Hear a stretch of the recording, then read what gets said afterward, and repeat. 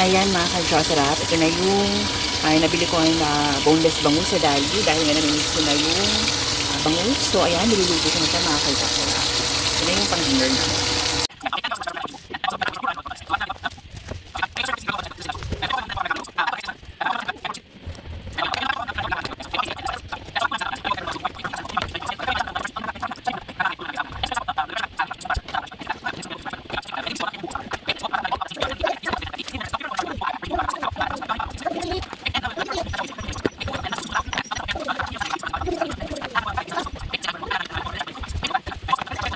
Sarap. Pinakuluan ko tong ano natin. Meron ditong pata ng baboy, laman ng baboy, tapos meron ding manok. So, lahat ng mga nasa rep pa is lulutuin ko muna lahat bago ako malengke ulit dahil ayoko na may mga natirang binili namin noong nakaraan tapos papatungan ng bago kasi baka mamaya hindi mapansin. So, ito is naano na natin yan. Nagisa ko na, tapos napakuluan ko na. Inalis ko rin pala lahat yung bula niya. Ito yung mga bula, yung parang pinakasebo niya, inalis natin yan. Tapos, lalagyan natin ito ng black beans. Okay, naglagay na rin ako ng pamintang buo, tapos laurel, maglalagay ako ng laurel. Okay, pero ang gagawin muna natin ngayon is maglalagay na ako ng pineapple chunk natin. Ayan, ito yung pineapple chunk. So, ilalagay ko na, titignan ko muna kung malambot na yung kainin natin. Okay. Kasi gusto ko yung malambot na siya kapag nilagay natin. Okay, pero piling ko no, malambot naman na siya. Okay, make sure na wala yung mga dugo-dugo. Kanina ko pa nga ito pinapakuluan kasi gusto ko talaga kapag kumain ng karne, yung lutong-luto. Okay, ayoko yung matigas. Okay mga ka-Jocerap. Okay, maglalagay tayo ng konting toyo. Pang ano lang siya, pang pa-color. Pero hintayin mo natin kumulo hanggat ma-absorb ng toyo yung ano natin. Hanggat ma-absorb ng karne yung toyo. Okay, kumukulo na. So, it's time na ilalagay natin itong pineapple chunk natin. Okay. Para yung sabaw is, ng pineapple chunk is ma-absorb ng karne. Okay. So, para ma-juicy siya mga ka-Jocerap. Okay, so maglagay ako ng salt pati ng pork cubes. Okay, mga ka-Jocerap. Yan, tapos hintayin na natin siya kumulo. Okay, perfect. Dapat sana meron pa tong ano kalimutan ko, no? So, okay na yan. Ayan mga ka-Jocerap, papalaputin ko na lang. And then, prepare na to. Ito na yung dinner namin ngayon.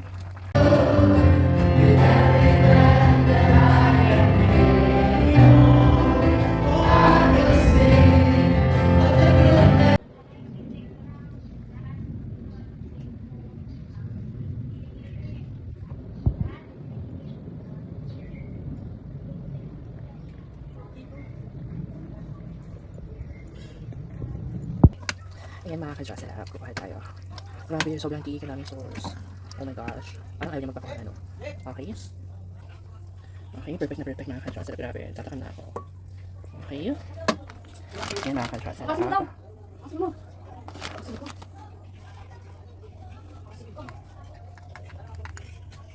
Ayan mga ka-Jocerap, so pumunta ako ngayon sa Dali Store dahil magluto ako ng spaghetti.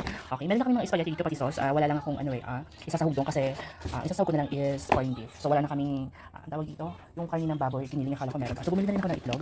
Ayan, bumili ako ng egg. Isang tray, tapos bumili ako ng peppermint na para siyang vodka. Something, mura lang to. Okay. And then bumili ako ng dried laing dahil gusto ko ng laing bukas. Yan, dried laing bumili ako. So yung mga binili ko is nadagdagan. Ang bala ko lang talaga is bumili ng corned beef. Okay, so bumili ako ng Montero na corned beef. Yan. Sasawag ko siya sa spaghetti. Tapos, skim milk. Yan, kailangan ko dalawang skim milk. And then, meron na rin kami dito mga cheese. Mga sasawag sa spaghetti na rin. Tapos ito pa, hotdog. Kasi wala ng hotdog. So ito lang yung mga nandun na mga tinda. Okay, yung mga pangalan, mga brand. Ito lang nandito kapag sa Dalto. Since malapit lang yung Dalto sa amin, 1 minute lang, lalakarin mo na. Okay, dito lang sa the best one. Okay, sobrang bilis lang niya. Okay, so mas, helpful talaga. Bumili din ako ng missing tip. Piling ko babaon niya kapag ito.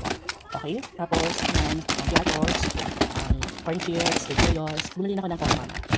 Pilato ko kumama, iba yung pangalan. Okay, tapos ito condensed, yan. Tapos, cod soup, and Nivea. So, ang bilhin ko na talaga corned beef. So, narigdagan yung mga bibili ko mga ka-Jocerap. Okay, nagawa na ng spaghetti dahil nag-trip ako ngayon sa spaghetti. Ayan mga ka-Jocerap, nailagay ko na yung pasta. Okay, parang hindi magdikit pala yung pasta, nilagyan ko na ng mantika. Okay, talaga nag-trip ako ngayon sa spaghetti. So, ito yung dinner ko ngayon. Mag-spaghetti ako. And then, ito yung sasahog ko sa spaghetti ko dahil wala kaming karne. Meron ako ditong corned beef. Parang pili ko nga, mas pamahal pa ako sa corned beef na to eh. Itong Montero na to. Okay? Itong dalawa, parang 150. My gosh. Tapos, lalagyan ko siya ng condensed. Meron ako mozzarella cheese. Tapos, itong Filipino sauce, spaghetti and mushroom. Tapos, magigawa ko ng hotdog. Ayan mga ka-Jocerap yung spaghetti. Tapos, ito yung hotdog. Ayan mga ka-Jocerap, yung pamangkin ko. So, pinapit ko sa kanya yung hotdog na ilalagay sa spaghetti. So, tinuturo ko na siya kung paano magluto. Okay. Okay, so ayan yung hotdog. Lalagyan natin yung corn beef natin. Dahil wala kaming kanina yung sa bahay na gravy, ang nilagay ko na lang is corn beef. Okay, masarap itong ano, corn beef nito. Hindi kaya. Parang kumita yung corn talaga. Ayun mga hotdog. So, haluin natin.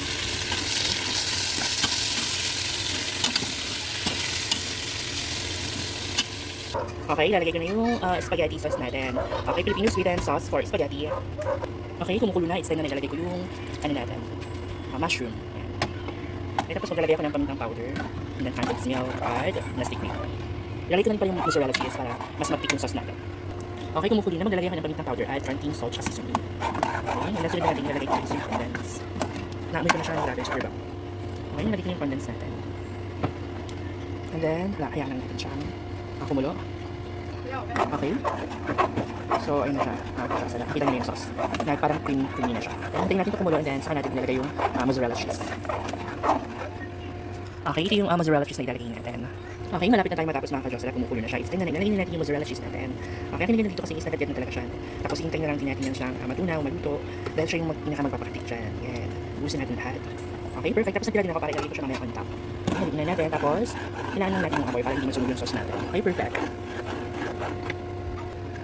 Ayan mga ka-Josera, perfect. At malapit na matapos. Okay. Nilalagay ko na pala yung, yung pasta natin. Nilalagay ko na siya dyan. Okay. Yan. Nilalagay ko yung pasta natin. Yung iba kasi hindi nila nilalagay. Ako naman kasi, nilalagay ko na siya. Mas nahihirapan kasi ako kapag yung paisa-isa panig. At saka kaya ko niluto nito kasi para pag gusto ko na spaghetti, diba? May pasok tayo. Yan. So kukuha na lang ako. Iinit lang sa oven. Yan mga ka-Josera. Okay. And then, nakaluin natin. Oh my gosh. Gusto ko kasi yung spaghetti na yung gagawa kasi gusto ko yung sauce. Ayoko yung pinipit sa sauce talaga mga ka-Josera. Yan. Oh my gosh, super thick. Yan, perfect. At panalong-panalo talaga mga ka-Josera. Okay. Yes, it's yummy. What do you think about my spaghetti? It's yummy. What? It's yummy. It's yummy? Look at the camera. Oh my gosh, it's yummy spaghetti? What you say to me? Yo. What? Louder. Hello.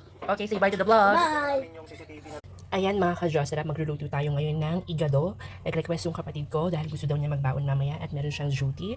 Okay, so ito yung igado natin. Meron tayo ditong atay ng baboy. Dahil meron pa ako mga natira na meat dun sa ref namin, kaya gagamitin ko na siya. Nakaraan na nagpapili ako. Ito naman is minarinate ko na yung karni ng baboy. Yan, nilagyan ko ng pamintang powder, pati ng toyo. Tapos ito, nilagyan ko ng suka yung atay ng karni ng baboy para maalis yung langsa. Hiwain mo lang siya ng pahaba. Parehas sila, pati itong carrots at yung patatas. Syempre, may green beans tayo.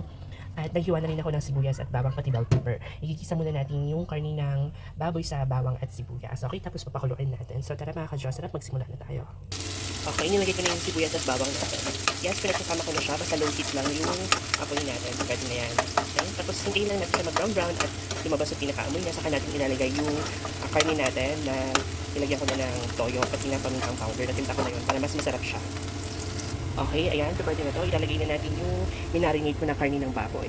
Okay? Ayan. Kailangan yung ilalagay ko na ng toyo is saktong-sakto. Hindi madami. Yung masisip-sip lang din siya ng karni natin. Okay? Tapos iigisa natin to. Ayan, kailangan maliit yung karne, no? Ayan. Saka pagkatapos natin igisa, papakuluan natin sa tubig. Okay? Ayan, mga ka-Josera. Tapos takasan na natin ng konti yung apoy. Ayan, mga ka-Josera. Nagisa ko na siya, no? Medyo nagbantika na din. Tapos yung isip na ng karne yung ano natin. Nilagay natin kanina na marinated na toyo. Okay? So gusto ko talaga yung lutong-luto yung karne natin kapag nakainin natin. Okay. Tapos talagyan natin siya ng tubig. Okay? Para kumulo siya. Saka ko ilalagay yung atay. Para yung atay kumulutan.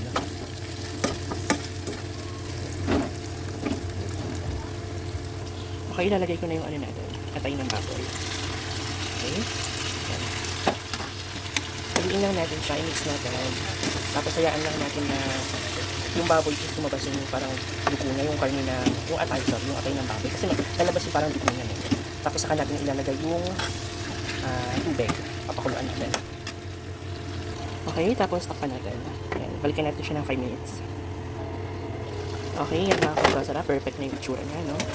Maglalagay tayo ng water para pakuluan natin yung karne. Okay? Para mas malambot siya. Okay. Yung tubig na ilalagay natin, kayo nang bahala magtansya. Kasi pag nag-evaporate yan at kumulo, usa na lang din mawawala mamaya yung tubig. Okay? ilalagay ko na rin yung bell pepper para habang kumukulo yung sabaw niyan is matutuyo. Tapos yung bell pepper lalabas yung katas niya. Okay? Ayan, medyo nawawala na yung tubig niya, no?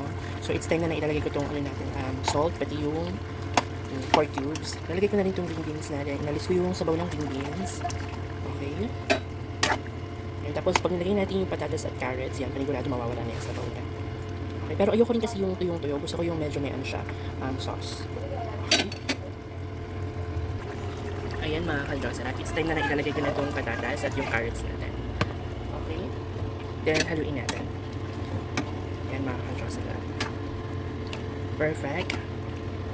Perfect na perfect. Ayan, siguro hanggang dinner na namin ito. Okay. Ayan. Tapos, di ba nawala na yung sabaw niya kanina? Ayan. Takpan na natin siya. Takpan natin. Ayan. Punta ko na rin yan. Okay. Ayan, mga ka-Jocelyn. Ayan, nilagyan ko ng tubig, no? Medyo napaalam.